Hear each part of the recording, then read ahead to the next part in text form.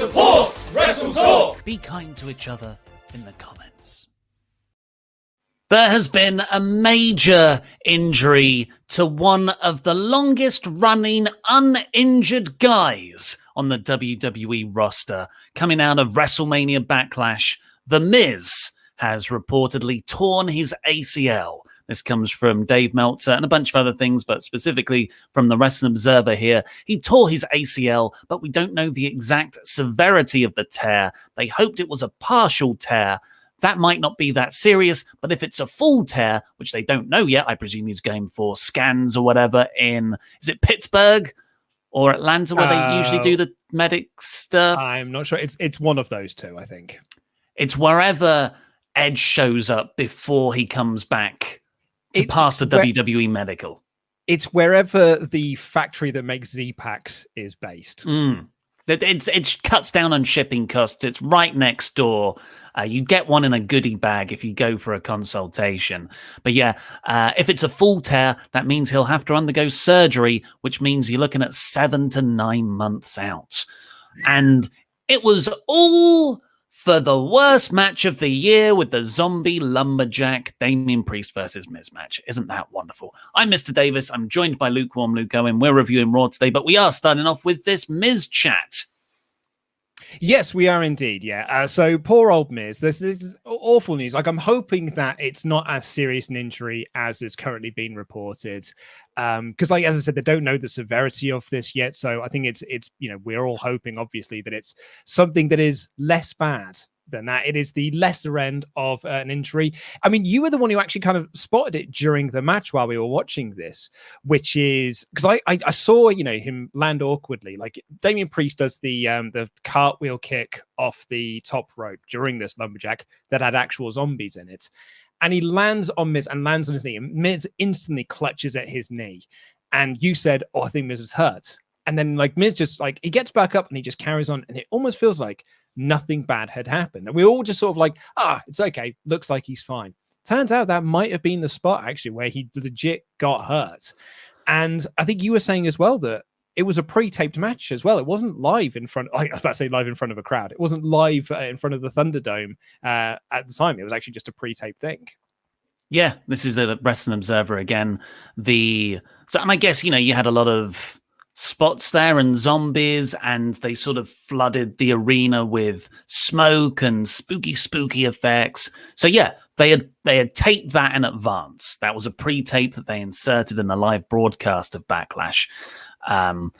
And yeah, so maybe during that moment they did stop the match. I remember, Miz clutched his leg immediately. What a bad week for people landing on legs in moves, by the way. We had it with Sheamus and Humberto Carrillo quite scarily last Monday, and we'll talk about Sheamus again getting Ricochet landed on his legs. So we'll talk about that later. But yeah, maybe in this match, this is just me speculating, but they stopped the match for 30 seconds to a minute, maybe, to check on Miz, and he's like, yeah, I can finish the match. But because it was a pre-tape, they had the luxury of taking that out of what we saw at Backlash, and it looked like Miz got right back up. Yeah, that's probably a good point, actually. And you mentioned as well that it's unlike the Miz to get injured. Like, one of his big gimmicks is, I don't get injured. I'm not the guy that gets injured and is put on the shelf for 10 months. I'm the reliable one. And, like, in this instance, technically wasn't his fault that he got injured. Priest landed on his leg. I'm not saying that Priest is at fault either. I'm not saying that Priest is to blame. Accidents happen within the ring. But yeah, it just seemed like Miz he never gets injured. Like, the only time he ever takes off from this company is to make a film no one watches or a reality show no one watches. Yeah, he works a much softer style. That's what he leans into. He's all about just doing it the professional way. There's no need for wrestling to hurt each other. That's kind of the point that people seem to forget all the time. And there is, there's a craft to that. Kane is sort of the other name that comes to mind as someone who never really suffered a long injury, which is remarkable because, much bigger guys tend to pick up injuries a lot more frequently than other people. But yeah, I mean, he's about 40 years old now. It's a tough business. It hits everyone. And weirdly, it's come at a time pretty routine. Aren't they all, though? It's always a pretty routine move. It's nothing hugely spectacular. And it's at a time when they're not touring. So if anything, they've had more time off than ever to sort of recuperate in between matches. It sucks that it comes in a stupid zombie match, though. A match that, like, I don't think anyone enjoyed on a realistic basis. I think a lot of people ironically enjoyed it because it was bad and it was very terrible. So it was very, very sad to see him get injured in that. But, at least he can take some time off and sell the zombie mauling and zombie eating. Unlike John Morrison, of course, who was just on this show and was just like, phew. Bit weird, wasn't it? Zombies and that. Better go out and just have another match with Damian Priest, I guess. I told you that's what they would do. I told you they would not address it. To which we talk about this then, because, and I'm sure I certainly thought it when this match was announced for Raw and it happened. I just thought, I cannot. I'm almost glad this is happening just because Luke can react to it. We got another Damian Priest versus John Morrison and/or The Miz match. I know people are expecting me to get mad. I know people are expecting me to blow my lid and get real mad. And I got a bit mad in my notes, guys. Like I was a lot of all caps in there. I wrote, because it was during the Sheamus Ricochet match. This little graphic popped up of Damian Priest versus John Morrison in a lumberjack match. And I wrote in all caps, they announced Damian Priest versus John effing Morrison in an effing lumberjack match. F this show. And then in the match, like, okay, so I think I'm past it now because I literally said on the Backlash review, he'll just face John Morrison on Raw. So I don't know why we're all thinking this is the end of the feud. He's going to face Miz or John Morrison on Raw. I was ready for this. I was expecting it to happen. And it happened. And it absolutely happened. What winds me up, I said I wasn't going to get wound up, and looking, I'm getting wound up as I'm talking about this. Oh, it got to me. It happened. It's like you're hulking. It's like what's happening right now is the heel is punching you in the face and you're going, oh. All right, like, because Damian Priest comes out and Corey Graves just goes like, Damian Priest is riding a wave of momentum. I was like, you're a liar, Corey Graves. No, he isn't. Stop lying to me. And then at the end of this match, because guess what, guys? Priest won again. Adnan Virk just says, what a win for Damian Priest. I was like, what do you mean, what a win? It's a win I've seen 3 weeks in a row. I saw it. Oh, it's so. But then Damian Priest cut a promo with Not Renee. And Not Renee asked, was like, what do you have to say about your big victory? I found Damian Priest. I'm like, what big victory? I've beaten this lad from pillar to post 6 months out of this year. And it's only 5 months long. How is it a big win? But you know what? I'll put a pin in it now and it's done because I might challenge Bobby Lashley later on. He didn't, but at least Damian Priest said that this is the end of it now. And I feel like it's only the end of it now because The Miz might be out for 9 months. So they have to end it. Like The Miz getting injured, if I'm looking for any silver lining to this awful ACL tear cloud, is that this might actually end the feud. Yeah, because the Monday Night Raw after the pay-per-view is kind of the WrestleMania Backlash. So you're going to get a lot of repeat matches from the pay-per-view anyway. And we did. Matches that were also repeats. It's Raw. It's Raw. Raw every week's a Backlash show then, because we get the same frigging matches every week. It's WrestleMania Backlash season. That's the whole idea. It's genius in marketing. Because then you can put all of these episodes up on Peacock Premium and call it WrestleMania Raws. It's WrestleMania Raws. All of the Raws are going to have the same matches, and you will find those when you search for them. So Priest didn't turn out later to sort of challenge Bobby Lashley, but I've got a theory we'll get on to. I'm fingers crossed on this one. I'm really behind it. That maybe he will still factor into the main event scene, which I think would be a good way to leave this behind. Let's do some Hyperchats. Because we didn't get to just because we didn't really get to talk about the lumberjack match itself. I felt bad for all of those lumberjacks. Talk about because Mason T-Bar were out there. Mason T-Bar, by the way, also cut a promo where they'd be like, hey, maybe we'll challenge Bobby Lashley for the WWE title.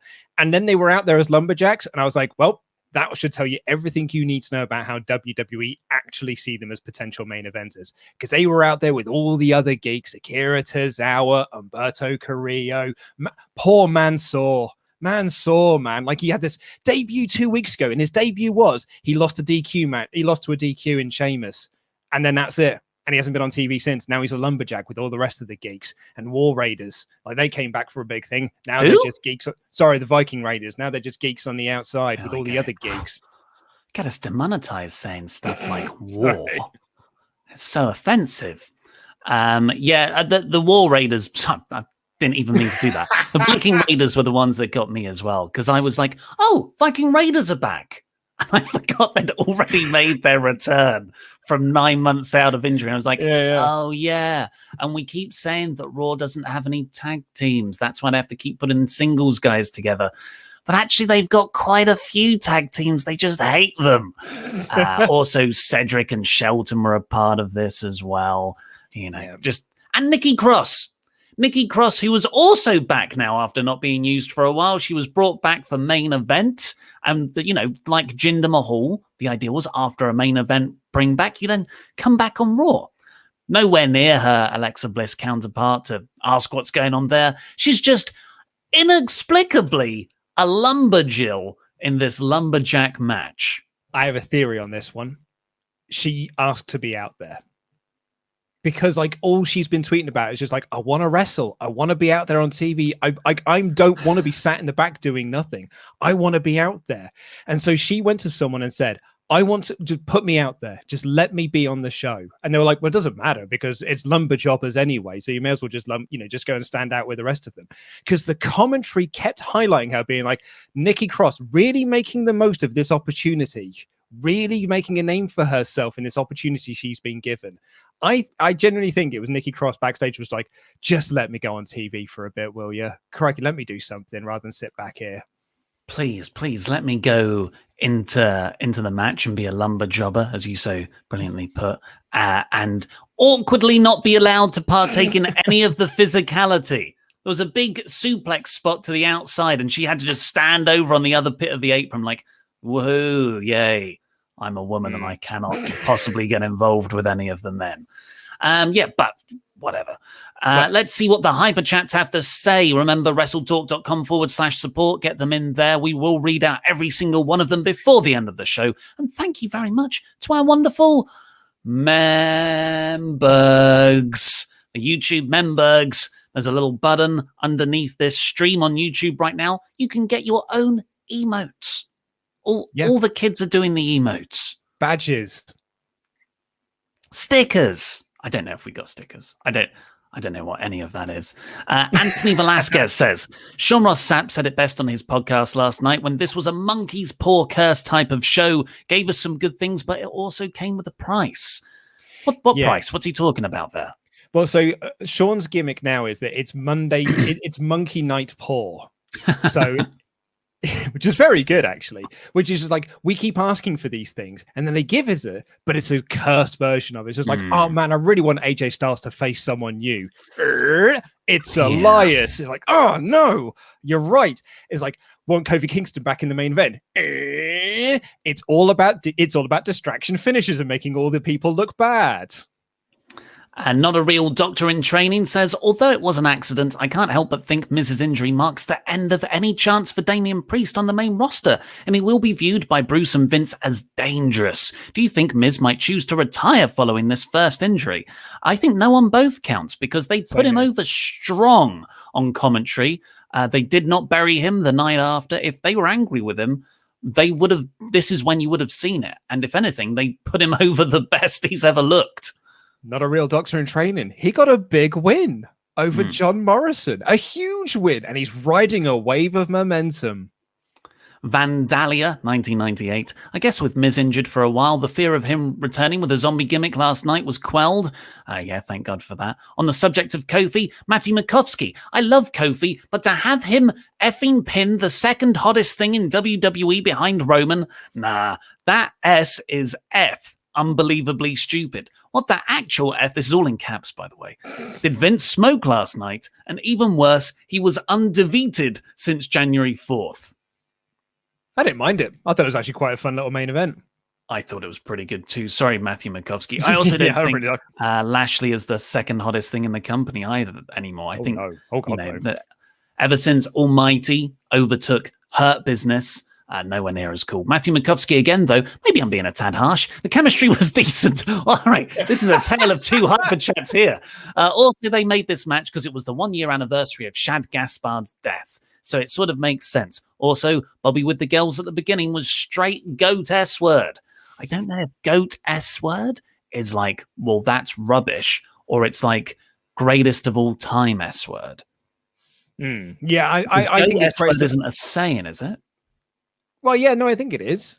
Like you would say chicken S-word or dog S-word if it was bad. He's saying, like, he's saying GOAT S-word is in like it's greatest of all time S-word.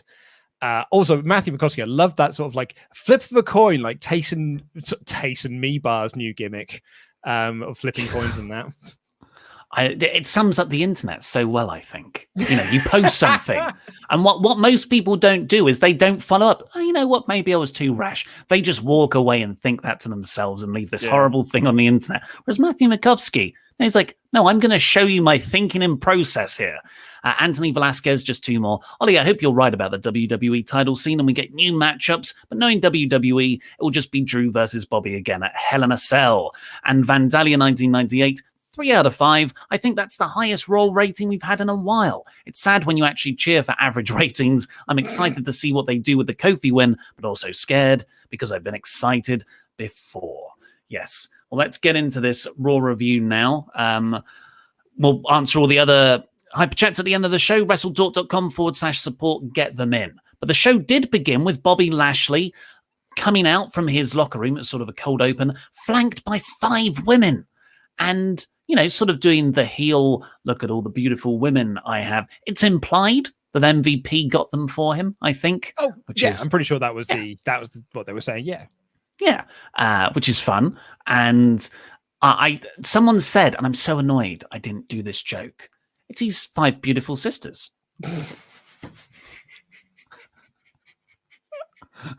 Now's the time to bring back that gimmick. I nearly spat my tea out then. That really made me noticed. But, you know, that triple threat at Backlash was so goddamn fun. I was really, I'm like, as soon as I saw Lashley, I was like, you know what? I'm ready to be in. I'm ready for this again. And he comes out and he's like, open challenge MVP says. I was like, yes, Keith Lee, answer the challenge now. And Drew McIntyre came out in his trunks. I was like, oh, God, of course it is. I love Drew, but I'm no interest in seeing this again. He comes out and MVP says like, oh, you didn't let me finish. Open challenge to anyone but Drew or Braun Strowman. And I was like, great. And throughout the night, this set up a sort of night-long storyline of loads of different people saying, I'm going to answer the challenge. I'm going to answer the challenge. I thought this was a good segment, and it set up a good narrative backbone for the episode. Yep, really like this. I thought Bobby was great. I thought MVP was great. Credits to WWE as well. Shout out to WWE. Women of various different sort of sizes and body types as well. It was a nice, like, they weren't all just like one type. It was actually just, it was praising, it was body positivity. And I enjoyed that. And I thought that was really nice, actually. It's nice to see. If you're going to objectify equally. That's what I've always said. I'm not even kidding there. I'm being sincere. I'm all for objectification. Just do it to both men and women. That's equality. And I like, like you, because I was doing some push-ups and sit-ups while I was watching this, because I was like, it's the opening segment of Raw. I don't actually need to take any notes, so I'll do all of my exercises now while I've got my headphones in. And when Drew came out, I was like, oh man, just getting a repeat of everything. And then when MVP was like, huh, but not you, there was a little bit of it. It was like, huh, maybe we will get something new tonight, and we actually did, and I thoroughly enjoyed it actually. Unfortunately, after that, we did get something new, and it was rubbish. AJ Styles and Elias had a match that felt like it was never going to end. I don't know who the babyface was here. AJ Styles certainly worked as a babyface in this match, but they were tagging together last week. Yeah, but that was last week. Like, this is this week. So I guess AJ's just the babyface now. Well, they're faced up against the heel tag team, so one of them's got to be the babyface. Well, they wrestled forever. It was boring. I couldn't get invested in anything. Nope. It's an AJ Styles match. I'm just like, whatever. And Riker, after all of this, just causes the DQ and runs off. Nothing. No point to any of this. No like little bit of satisfaction. Ugh, rubbish. Crap finish number 1 on this show, which was full of pretty crap finishes. And this match went longer than the SmackDown tag team match at Backlash, which I think is still going on. Did this it? match, no, it didn't. All right, I thought you worked out the timings. No, God, no. This match went on forever. I can find out how long it went, but it felt like it went 20 minutes if it went a day. Apparently, it is SP3's birthday. It is, yeah. It's up in the chat. I know. Happy birthday, SP3. It's SP3's birthday. It's Denise Salcedo's birthday as well. So it's like the birthday fight. It's the WrestleTalk expanded universe birthday today. So I've had very nice messages from SP3 and Denise today. So happy birthday to the both of them. Can confirm it was 12 minutes long, this match. So it was actually long. 5 minutes shorter than the SmackDown tag match. SP3, you can see him on Wrestling Daily tonight. I think he's tagging with Alex McCarthy tonight. And if you ask me, I think SP3 is the better of the 2 birthdays today. I think he's also going to do great on Wrestling Daily tonight. It's the call-in show as well, so it'll be a really fun time. Go and have a chat with SP3. He's a proper lovely lad. After that Styles Elias match, we got Riddle doing a sort of parent trap thing backstage. This was good. New Day are there and Randy Orton's there. He has told them to come and meet backstage because Adam Pearce wants to tell them something, but really he just wants Randy to apologize to the New Day for RKOing them from out of nowhere last week. Kofi said he suffered from erectile dysfunction, which was very, very good wordplay.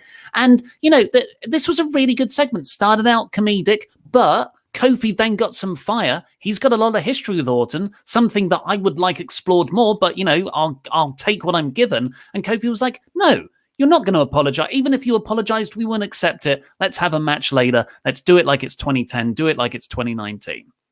Yeah, I thought it was a great segment. I thought Riddle was really good, and I loved Randy Orton in this segment. When he walks up and he's just like, he told me that Adam Pearce wanted to say something. That's when Riddle reveals this whole parent trap thing.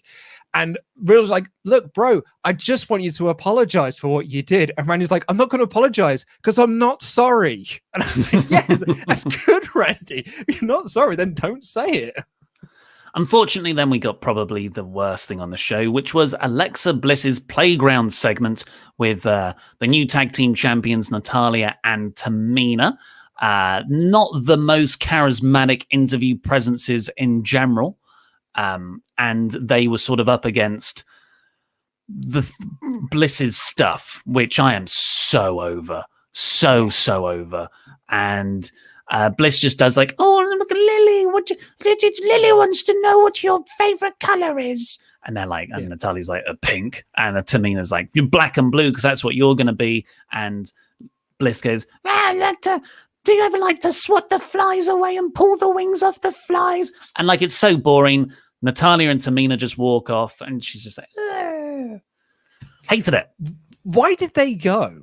It's like Alexa Bliss was like, oh, I've invited them onto the playground. I was like, why would you go? Isn't she supposed to be scary? Aren't all the people, like all the other women in the roster, aren't they supposed to be scared of Alexa Bliss because she's gone mad? Because Natalya and Tamina just went there and acted like this was the most normal thing in the world. They were like, cool, swing set. Yeah, I'll sit here. It's all right. If you can stand just behind me, that'll be great. Because, I mean, maybe they were scared, but Natalya's the worst actor in the world. So she just didn't actually convey that she was scared. She was trying, but did not actually know how to act like she was scared. They were scared. That was my reading. They were definitely doing this. They were just like, yeah, cool. I guess, yeah, it's a swing set, I guess. While Alexa Bliss is like, I do very much appreciate your impersonation of her, but because she's like, what's your favorite color? It's just the apps. I'm so over this. I'm so done with it. It's basic 101. I'm a creepy character lameness, and she's going to win the tag titles. Like that, like I put this out into the world last week, but apparently I'm a prognosticator. And I'm not the first person to have that hot take either, that Alexa Bliss and the Voodoo Doll are going to win the tag titles. Because that's probably what they're going for. And in all of this, they just announced a rematch with Nia Jax and Shayna Baszler. Because of course there's a rematch, because this company doesn't know how to do anything new. I don't know, it's like WWE weren't satiated by ruining the Fiend with all the bad booking. They're like, no, let's now give his gimmick to someone else and run that into the ground harder. And then, because when the Fiend comes back, this is slowly chipping away at all of his lore and mythology he's built up. After that, we got Angel Garza versus Drew Gulak. Angel Garza squashed Gulak and put the rose in his mouth at the end. So at least they're doing something. Yeah, are they? I mean, yeah, you're right. It's on telly, so it is something. It's follow on from what they did 2 weeks ago, where he put the rose up his bum. Now, and then he said last week he put the rose in his mouth, and so he put the rose in his mouth. Was it the same rose? It might have been. Ass to mouth. No. Get yourself some ulcers that way. But yeah, I guess it was on. I honestly forgot this was on telly until we got to this review here, and I was like, oh yeah, that did happen. I wish I could forget the 24/7 titles on telly. I feel like it's been gone for a while, and I haven't missed it at all. 24/7 title, R-Truth was rolled up by Akira Tozawa. One for Wikipedia. You could genuinely convince me that this was a segment that was taped and aired 6 months ago. And aside from the fact that Kevin's there, would have believed you. Yeah. I mean, you could say that about a lot of Raw. Do you want to hear my line that I was happy with in my news today? Eva Marie is still coming soon. So's Kevin Dunn, but it's right. Oh, I screwed up the line. Kevin Dunn, meanwhile, is coming right now because Eva Marie got two promo vignettes here. Really seems like they think she's a babyface, that being this super hot influencer role model is going to make people actually cheer for her, like she's overcome great adversity. But isn't she a heel? No, she's a babyface. Come on. No, she's a babyface. This promo package is a heel's promo package. No. This is what Bayley does. Bayley is the heel. She's the role model. This is exactly what she does. I'm the role model to people because people want to be like me. I agree with you. But WWE reportedly see it as a babyface act. There's no way. There's no way that's true. Think of Vince and think of Kevin Dunn. There's no way that's possible. There's no way anyone can look at that video package and be like, oh, what a babyface. No way on this green earth that is possible. Well, WWE constantly surprising us all the time. Randy versus Kofi came next, which was, a decent match, nothing out of the ordinary, but, they've always got good chemistry. And the finish came when Xavier distracted Randy with the trumpet. Kofi got yet another roll-up win. The sort of distraction, roll-up, babyface scurries away. I hate that, and we saw it like 4 or 5 times on this show. But that's what happened here. But at least this had an element of intrigue, because then they all get in the ring. Riddle's kind of like, dude, why did you do that? I thought we were going to settle the differences in a man-on-man way. Can't think of a better way to say it than just man-on-man. And Randy, who was the hothead... Randy, who was the hothead last week, walks away from the situation. Very un-Randy-like. It's almost like Orton wanted to change for his pal Matt. But Matt this time was like, no, you screwed him over. You were meant to make up. And he pushes Woods down on the ground, and then he walks out, and you dare like, well, screw you. I think I am stunned how well this story and Riddle and Orton's relationship is building. I'm very, very very much looking forward to the New Day versus this team. Aside from the finish, I loved this. And and you know what? And the finish really in and of itself isn't the worst thing, because it was sort of foreshadowing for what would happen later on in the night. It makes the people that Kofi's facing in looks like utter imbeciles, because they're just like, a trombone? What do you mean a trombone? You're playing oh no, and I've been rolled up.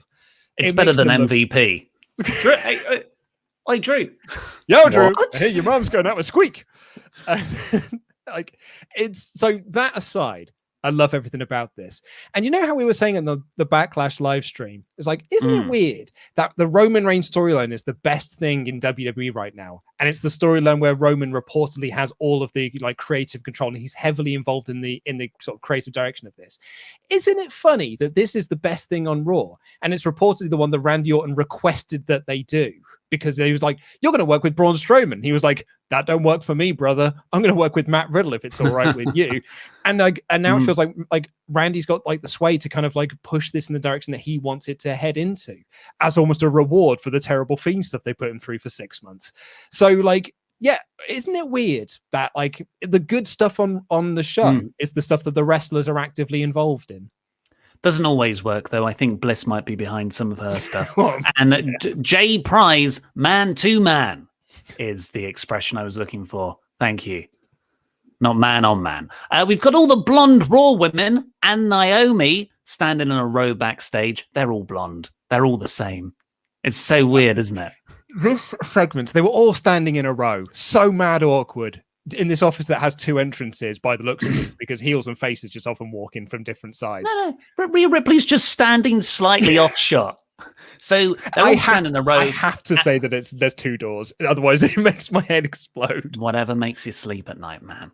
Adam Pearce is in the middle. Charlotte walks in, stands directly in front of Pearce, which I quite enjoyed. I think that was character-based. And she's like, no. Go away, other women. And all the other women like, okay, sorry, Charlotte. And they walk off. And Charlotte's like, I should get a shot because I wasn't pinned. Fair. And Rhea Ripley just walks in from 2 feet away and says, no, mate. No. And she's just the set. Remember how much we liked her at Backlash? Yeah, oh yeah. And I'm like, yeah, she is great. It was right back to that crap Raw script and again. And she was like, no, you can't do that. Blah, blah, blah. And Charlotte versus Asuka later on. Naomi, Lana, Dana Brooke, and Mandy Rose were standing in a row so they could argue over who deserves to get the next title shot at Tamina and Natalya. And if I'm Adam Pearce and Sonya Deville, I'd be like, why? You never win matches. You only win matches against each other, and then you lose when you go for the tag titles. I know, because I've been booking those matches since October last year. And Mandy Rose and Dana Brooke, of all people as well, the people that 4 weeks ago told me it was fine to walk away from a match because it was the better thing to do, and you got more out of it. And I'll be like, I think we deserve a title shot. These 4 women can get in C. I don't like any of them, and I think they're all trash people, and they have got terrible characters, and it's not their fault. It's trash creative, but the creative has made me think that they're trash people who need to go in the trash. So after that, speaking of the women's tag titles, we got Tamina and Natalya coming out for the rematch against Nia Jax and Shayna Baszler to defend their freshly won belt. Went barely a minute when the turnbuckle exploded in pyro and Reginald was blinded. And Nia Jax was like, oh, my darling Reginald. And that was enough for Shayna Baszler to get distracted. And she was also beaten. And the pyro was, of course, the supernatural work of Alexa Bliss standing at the top of the ramp. It was crap. And then there's like Lily's laughing there is playing. And the commentators are like, God, what is that laugh? Can you hear that laugh? It's like, it's Lily. You know it's Lily. She's been around for ages. We know it's Lily. What is that laugh? Can you hear that laugh? Wonder where that laugh is coming from. Idiots. After that, we got Sheamus versus Ricochet in what I thought was an even... Sorry, you go. Yeah, I mean, you just finished. It was a great match. Yeah. But I will explain the setup for this. In what was an even better match than the match they had on the pre-show, I thought. But Sheamus just beat him clean again, this time with a brogue kick. I fully expect this feud to continue. But Sheamus has beaten him very decisively on 2 back-to-back nights now. But yes, tell us how this came about. Oh, I'm full of today. So Sheamus came out, as Sean Ross Sapp would put, and he was mad because Ricochet had stolen his coat and hat, which we saw at Backlash, right? And he was like, I accuse Ricochet of stealing my coat and hat. And I'm there going like, why are you accusing him? You know that he did it. You were looking at him when he did it. And they cut backstage, and whoever is interviewing Ricochet says, what have you got to say about the accusations that you stole Sheamus's hat and coat? And I'm like, why would we literally saw him do it? And Ricochet's like, well, I can't possibly say that. I mean, I wore them for a bit, but I didn't steal them. And then he walks off stage, and then he comes back on wearing the coat and hat and says, oh no, actually I did steal them. And I'm like, lol. What is going on here? What was with the accusations? Why didn't you just say you stole it? Why are we going like, I am accused you of stealing this, when we all saw him do it, and then he pretended he didn't, but he actually had, and we saw him do it. This was maddening, and he's an absolute dickhead, and he acted like a complete dickhead. And I wrote in my notes here, I want Sheamus to kick this goofball's head clean off his shoulders, and thankfully he did. Good match. Come on, man, they've got 3 hours to fill. Cut WWE some slack. You need to have some accusations thrown around before you get to the meat of the segment. Got to pad this out. We alluded to this earlier. They did a Spanish fly off the top rope, and mid-air rotation, Ricochet sort of twisted onto Sheamus's leg and ended up landing on Sheamus's leg. And Sheamus was then like, "Oh, my leg," which is just crazy coincidence after last. Either they're amazing and they planned this. Yeah, because then Ricochet then started to target the leg. So I fully believe it was okay. But I think it was a fluke, just like a fluke accident. Because the Carrillo thing last week was almost exactly the same. Sheamus just unfortunately landed on Berto Carrillo's leg, which injured him. Yeah. I mean, I don't actually pick up on it much, but like, because I thought this match was terrific, to be honest. These two work really, really well together. Ruined by a bad story, ruined by commentary. Because Corey Graves, the heel, is talking about how Ricochet is stealing someone's property, which is a bad thing to do. But you've got to then have babyface Byron Saxton being like, no, he was totally right in doing that. So Corey Graves then has to call out the babyface being like, are you advocating stealing other people's property? Like it's a good thing to do. Byron's like, yeah, if they're dicks. And I was like, what is this? No one knows what's going on. After that, we got Mace and T-Bar. Oh, no, sorry. Sheamus then accepted the open challenge for Bobby Lashley. I was like, okay, cool. Champion versus champion. Then we got Mace and T-Bar doing gruff voices. We're so scary. And they're like, should we end Bobby's legacy? And they flip a coin. And they're like, yes, we will. And so that's part of their gimmick now. They flip coins. Been hilarious if it would be like, oh no, the coin says no. Yeah, I guess we won't then. And then to show, how much they meant, they're lumberjacks in the Morrison Priest match. We got Charlotte versus Asuka following that. Really good match, I thought. They're very good together.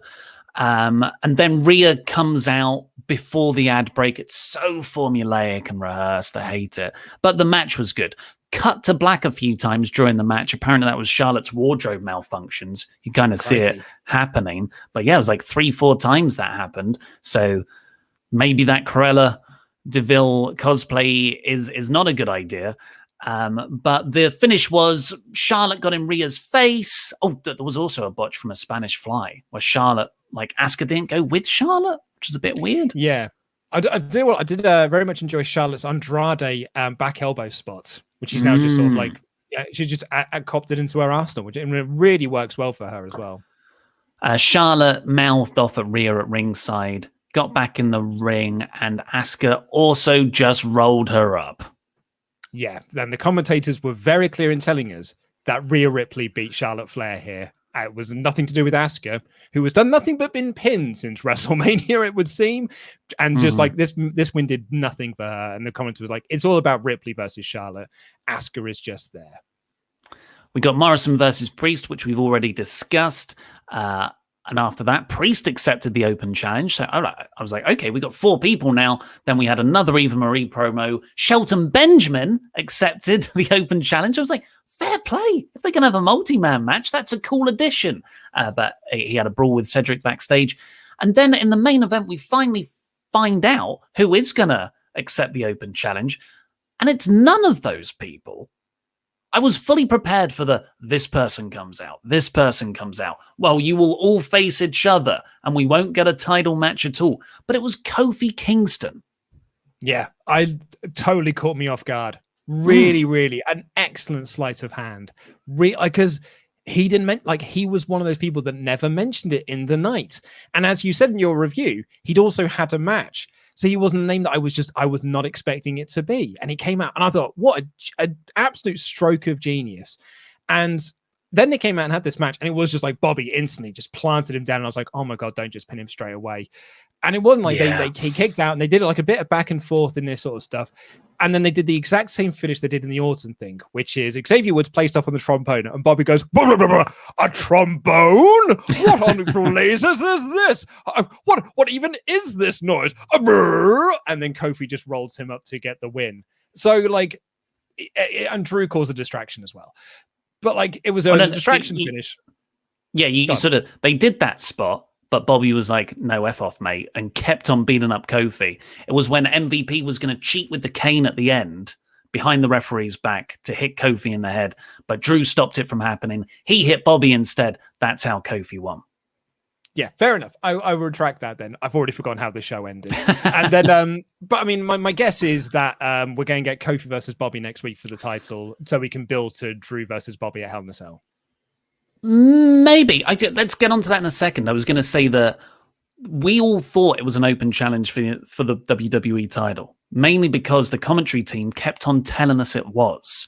Yeah. But MVP, before this match started, said, oh, whoa, because the referee was putting the belt up and everything. He was like, it's not for the championship, mate. I never said that. And they, to their credit, they played back the clip at the start of the episode, and he never said that. So I was like, okay, but now the problem comes, but you've just made the whole company seem kayfabe inept because they were promoting a title match. Commentators were. The referee thought it was a title match. He held up the belt and everything. The announcer, whoever it is, this voice in the sky, thought it was a title match. It does make everyone seem a bit silly, a bit daft. Yeah, really bad at their jobs. And I haven't seen it, but Meltzer and Alvarez were very down on that. They said they'd seen a lot of people felt like they were cheated. You know, like people stick around those whole 3 hours for a championship match that doesn't happen. Yeah, you're going to piss off a lot of viewers. But I didn't actually mind it. I thought it was quite fun, and I enjoyed the surprise more than anything. But yes, the next direction, you think it's Kofi versus Bobby next week, not building for the Hell in a Cell pay-per-view? No, because I think the Hell in a Cell pay-per-view will be RK Bro versus New Day. And then it'll be Drew versus Bobby at Hell in a Cell. I think they're just doing, it's like a background thing. It's just a way to kind of build to Drew versus Bobby at the pay-per-view. I forgot about the tag feud there in as well. Well, how's this? Because this was my other suggestion. So many people put their names forward. And this is the time of year where WWE just books all the multi-man matches. We haven't had a 6-way Hell in a Cell since Armageddon 2000. Armageddon? You want an Armageddon Hell in a Cell? I'm thinking Bobby Lashley, Damian Priest, Mason Tiva. What? I'm trying to think of all the people who put their names forward. Sheamus and Shelton Benjamin. That's 6. That is 1 star and 6 jobbers. No disrespect to Sheamus and Priest, but like they don't feel like they're on Bobby's level at the moment. It's Hell in a Cell, Luke. That'll sell the tickets. And Armageddon Hell in a Cell was full of like 6 of the top names going for the title. Like they had to do that because there were too many top stars. And Rikishi. I think it's comparable. Overall, I gave this 3 out of 5. But if I'm being truly honest, it's a 2 out of 5. But Raw has worked me over so much that I am grasping for anything floating in the sea. I would also give this a 2 out of 5 show. Very much enjoyed the Kofi stuff, and I enjoyed RK Bro, but man, the rest of this show drove me nuts. So many distraction finishes, and it's 3 hours is too long, and there's lots of nonsense storylines. I hate the Alexa Bliss stuff. I hate that Damian Priest had another match with John Morrison. 2 out of 5 show for me. We might be out of step, though, although maybe you're more in step. 47% said it was a 3 out of 5 show in our community tab. 26% saying it was a 2 out of 5 show. 19% saying it was a 1 out of 5 Rawful show. But yeah, mostly, it's like 50% of the people there thought that this was a okay show. That's high for Rawful. That's massively high. Yeah, it's big for... You don't get that bigger amount that often. We will read out all of your hyper chats very shortly, but thank you to all of our wonderful pledge hammers on Patreon first. Go over to Patreon. Me and Luke are recording. I cannot wait for this. I was watching it earlier. TNA Sacrifice 2008, where I am watching it on the official Impact platform that is in the wrong aspect ratio. It is in the wrong aspect ratio because I was looking at it and I was going to save this for yesterday's. Devon Dudley looks like a 4:3 image that's been stretched out to widescreen. It's like watching Minecraft wrestle. Yeah. So this is it's delightfully crappy. I'm an hour in and I want to get back to it. I'm really enjoying it. So am I. The Deuces Wild tournament's so stupid. Crap. It's like, so what other? How many new stars can we bury? If you work somewhere else, don't worry, we'll push you first. But yes, go over there. We're recording that tomorrow. It'll be out before the end of the week. That's our exclusive Patreon classic pay-per-view review. But also, at $25 a month or more pledge hammers, you get a Hall of Fame shout out right here and a wrestling name, the Schrockmaster, Austin Schrock. Robin Banks, Lee Roberts. Justin, the Human Godzilla, was struck. That's a great name. Have a glass of sherry, Martel J. Simmons. An expert dancer, Great Swayer Man. Who wants to walk with Daniel, Elias Chrysler? The Gent, Robert Brent. We're all going on a Brian Huntley. Sorry, someone rang me as you were talking. I cannot hear a word you're saying now. I was trying to guess. Who was it?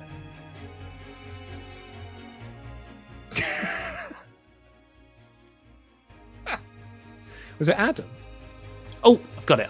Huh? You got it. You're back now. Who called you? Who was it? It doesn't even say. Oh, I think I answered it. I think they just heard me yelling.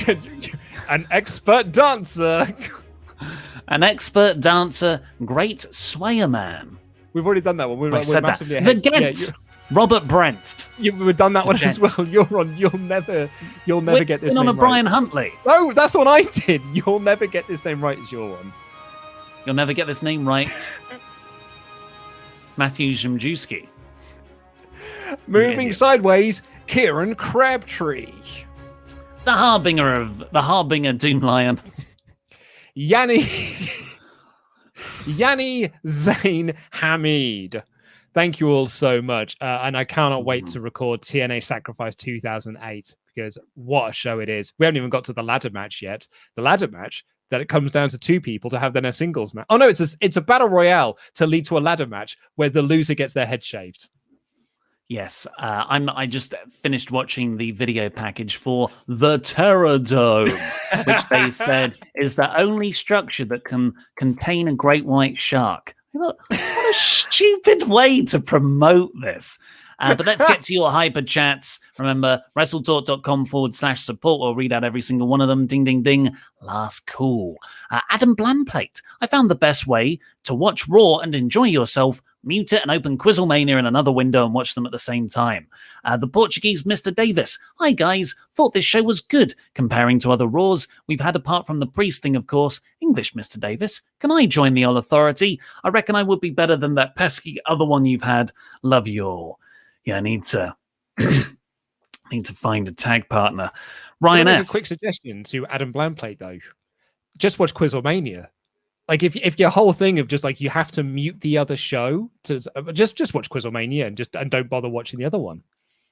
Ryan F. I got Ho Train vibes when Lashley came out with the ladies.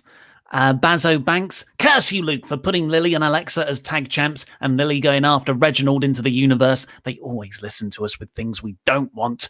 Other than that, actually enjoyed most of Raw. Some really good matches, and I'll always love Kofi Mania. The intangible one, Ryan be bad. Don't do it, Luke. Don't team with Ollie at Double or Nothing. We don't need a can they coexist storyline on WrestleTalk. Let someone like Nugget or Andy to team with Uncle Cracker. Oh yeah, skip to Raw again, but it looks like it was terrible once again. I haven't even been asked. Anyway. It's not going to happen. Eternal Blue. AEW will put on a very good but not perfect show, and we give them a deserved 4 out of 5. WWE put on a subpar, confusing and childish show, but because we like one tag team and enjoy the DQ finish main event more than usual, they get a 3 out of 5. Come on, lads. They're different scales. They're relative. But I agree. The intangible one, Ryan B. Bad again, said this last night to SRS, but my biggest fear with this crap Bliss character is eventually she's going to feud with Nia Jax and they'll have a repeat feud of Orton versus Fiend and they'll feud forever with stupid, spooky magic. There is context there, Nia and Bliss. Yeah. Not that I care, but yeah, you're right, there is. High Plane Drifter, let's be honest, the best thing about Raw is Riddle singing Orton's theme with all his heart and posing like that. Looking forward to the inevitable tag title match, and Riddle makes Orton begrudgingly wear the matching snake trunks he mentions occasionally. LJ Mickey, darkest timeline prediction. Nikki Cross makes a comeback, tries to bring Alexa back because they used to be friends. She fails, Cross joins Bliss, and now we have scary twins gimmick from The Shining. Thanks for the content, Jam That Jam. I think we need to move past this Nikki Cross thing. I don't think she's involved in this storyline, guys. She's a lumberjack now. WWE are never going to push her. Liberty K. So last week was my first time donating, and I realized Canadian dollars are worthless. The exchange rate is not good. That being said, it's almost like it's like an insult when you do that to us. But it's great to pay. It's great to pay Tempest in because it feels like I'm giving him way more than he deserves. That being said, I tried to watch Raw for the first time in 2 years, and I quit after an hour. An hour I can't never get back. Love you guys as always. Lovely time with the boys. Ollie needs to fist Luke. Hashtag tag team. Brendan Harris. John Morrison gets attacked by zombies, and all he has to say is that he feels dead inside. Seems the only effect they had on him was giving him the big sad. Maybe when they pulled him down, they just kept reminding him of how big a deal he used to be. You used to be your running world Mexico champion. Dean Barretton. Unpopular opinion, but I find Kofi very boring and irritating. I was cheering Bryan on at WrestleMania during their feud. Priest should have challenged Bobby next. The Lily impression from Mr. Davis was so good, I honestly thought she turned up. I still laugh. In fact, I often sometimes go back and watch when you did that cameo of Lily. Hello, I'm WWE Superstar. Still makes me laugh. I watched Enola Holmes last night, and that's also the accent most of the women have, who are common. Hello! Common women from the Victorian era. Hello, Governor! Can I change your bedpan? Rob Steedley. Luke? This company. I couldn't read the preview, so I watched the highlights, and I regret it. I think the New Day will be heels against RK Bro, and trombones are the ultimate distraction in professional wrestling. I've got to be honest, I'm all there for a heel New Day. I think they're baby faces. You're supposed to think that their antics are charming.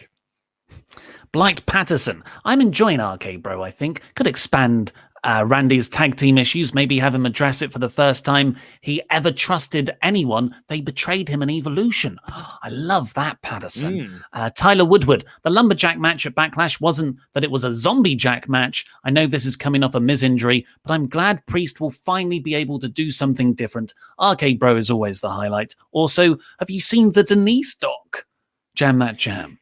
Yeah, Sean made a very lovely video for Denise about all their time together for her birthday. And it was very, very lovely and very heartwarming. But Denise hated it because it was mushy and Denise does not know how to react to that. So it's quite funny, really.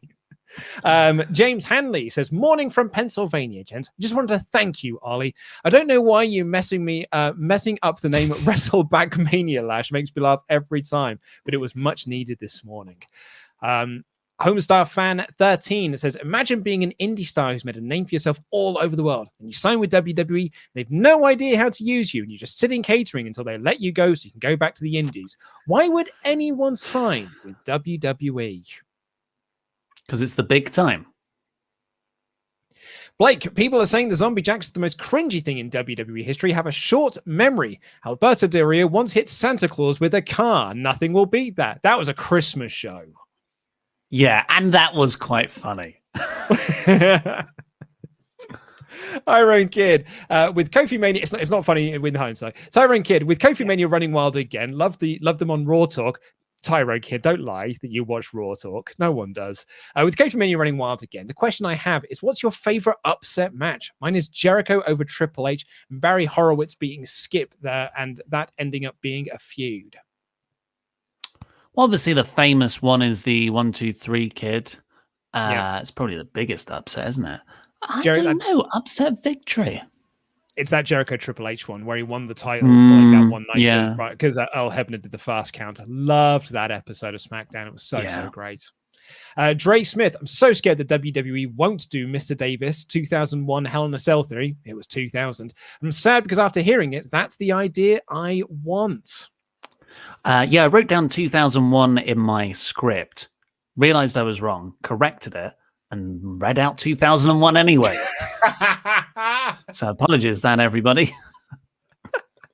Oh, Davis. We've reviewed that show on WrestleTalk Extra. I know. I'll finish it up here. Manny Omega says, "Oh, Luke and Ollie, you've fallen into my trap. Omega will invade WrestleTalk." Okay, it may sound like I want to take over your channel. Let me explain. I do! While Luke and Ollie smile on your face, you've forgotten about us. Oh, you don't remember? See, Crap Gimmick Wrestling. All the men women you signed, but nothing no more. Crap Gimmick Wrestling will invade. Well, they now. I think we've got copyright on that. That'd be cool. Dr. Trey Smith. I don't know why Mr. Davis objectify equal stance was so funny, yet so agreeable. The only way we're ever going to progress as a species is if we equally crap on each other. It's the South Park way. So Charles Berg, if you're not familiar with this channel, or this might be your first time watching, he doesn't like watching Raw, so he sends in paw reviews, which is reviews of dogs. Percy is a Parsons Jack Russell Terrier and is a happy barking boy.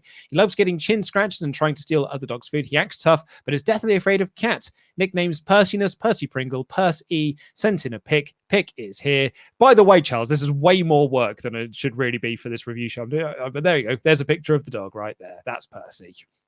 He's afraid of cats. Get that dog back up. Get that dog back up. You're a stupid dog. One of your main things is to terrorize cats, not be afraid of them. You're a bad boy. Silly boy. And Small Afro Games. Hey, Jaron Walker's in the chat said, I'm genuinely shocked Ricochet kicked out of a bro kick. Did he? No. He got that there was a knee. They did the knee finish that they did the previous night, but Ricochet kicked out of that, and then he hit. It was a brutal bro kick. I thought it looked great, but no, yeah. Okay, that's fine. I thought I'd missed something for a second. Then, commentary even thought it was a mistake at first. I think the mistake was actually yours, Jaron Walker. And lastly, Eddie Carter said, "Mr. Davis, Ollie, your partner is right there. All you have to do is fist him, bro." Look. Obviously, the intangibles, lost intangibles. They'll be here. They've got contracts, and we need people to review NXT and SmackDown. So of course they will be here tomorrow doing NXT. They will be here on Saturday doing the SmackDown review. But all I can ask is don't support them, don't watch the shows they're on, and don't buy their T-shirts that on WrestleShop.com because they betrayed me. And they've challenged me to a match at Double or Nothing. And I was like, fair play, Chops. It's between me and you. And Chops like, oh, no, I'm a scared little boy. I've got Tempest here with me. You have to face both of us. We're a thing now. Yeah. So I need to find a tag partner because Chopper is too scared to face me in a predictions battle one-on-one. So I need to find a tag partner. Mm-hmm. Best of luck with that, because you have turned your back on everyone. So best of luck trying to find a tag team partner there, pal. Yeah, well, play us out. Also, Charles Berg, please do continue sending in the dog photos. It's very lovely, and the chat loves it. Thank you all so much for watching. We will be back tomorrow with Lost Intangibles reviewing NXT, a show for marks. And then me and Ollie will be doing AEW on Thursday, which will actually be the last AEW for a couple of weeks because they're moving to Fridays for 2 weeks, and we don't work Saturdays. And then, of course, I'll be doing the magazine show with Denise, a birthday special for Denise. And then on SmackDown, the geeks are back again to review SmackDown. But until then, I've been Luke, and this has been Mr. Davis looking for a tag team partner. Jam that jam. Jam that jam, everyone. Jam. I'm going this way. Jamming. I'm going to jam. I'm jamming over this way. Jam that jam, everyone.